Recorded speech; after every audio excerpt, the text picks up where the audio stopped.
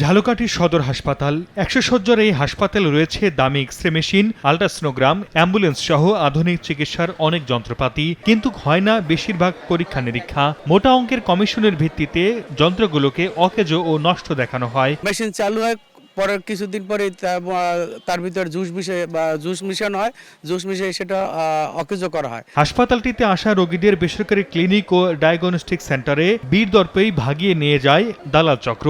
রোগীদের অভিযোগ, হাসপাতালের বেশিরভাগ চিকিৎসক ও কর্মচারীরা বেসরকারি ক্লিনিক ও ডায়াগনস্টিক সেন্টারগুলোর মালিকানা ও চাকরিরত থাকায় সুযোগ পাচ্ছে দালালরা।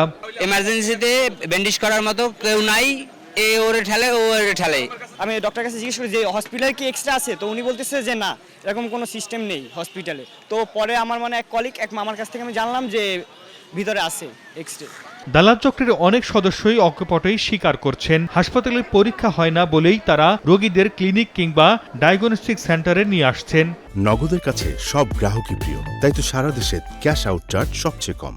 আমরা তো ওখানে যে টেস্টটা হয় না ওইটা নিয়ে আসি। আমরা মাসকাবারির বেতনে চাকরি করি। মেডিকেলটা দালাল মুক্ত হোক, এটা আমি সবসময় চাই। বেসরকারি প্রতিষ্ঠানের লাভের সঙ্গে চিকিৎসক ও কর্মচারীরা জড়িত থাকায় বিষয়টি স্বীকার করেছেন হাসপাতালটির তত্ত্বাবধায়ক নিজেও। তবে এ ব্যাপারে নিজের অসহায়ত্ব তুলে ধরেন তিনি। অনেক ডাক্তার আছেন যারা দালালদের সাথে সুসম্পর্ক রাখেন, তো এটা আমার জন্য একটা বড় চ্যালেঞ্জ হয়ে দাঁড়িয়েছে।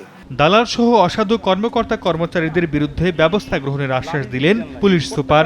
অভ্যন্তরীণ কিছু লোককে আমরা আইডেন্টিফাই করার চেষ্টা করছি এবং তাদেরকে আনার চেষ্টা করছি। যদি তাদেরকে আনা যায়, আমার মনে হয় যে দালাল চক্র যেটা আছে সেটা থাকবে না। ঝালকাঠি জেলায় ৮ লাখ মানুষের বসবাস। প্রতিদিন আবাসিক ও বহির্বিভাগ মিলিয়ে গড়ে ৫০০ রোগী সদর হাসপাতালে চিকিৎসা নিতে আসেন। সময় সংবাদ, ঝালকাঠি।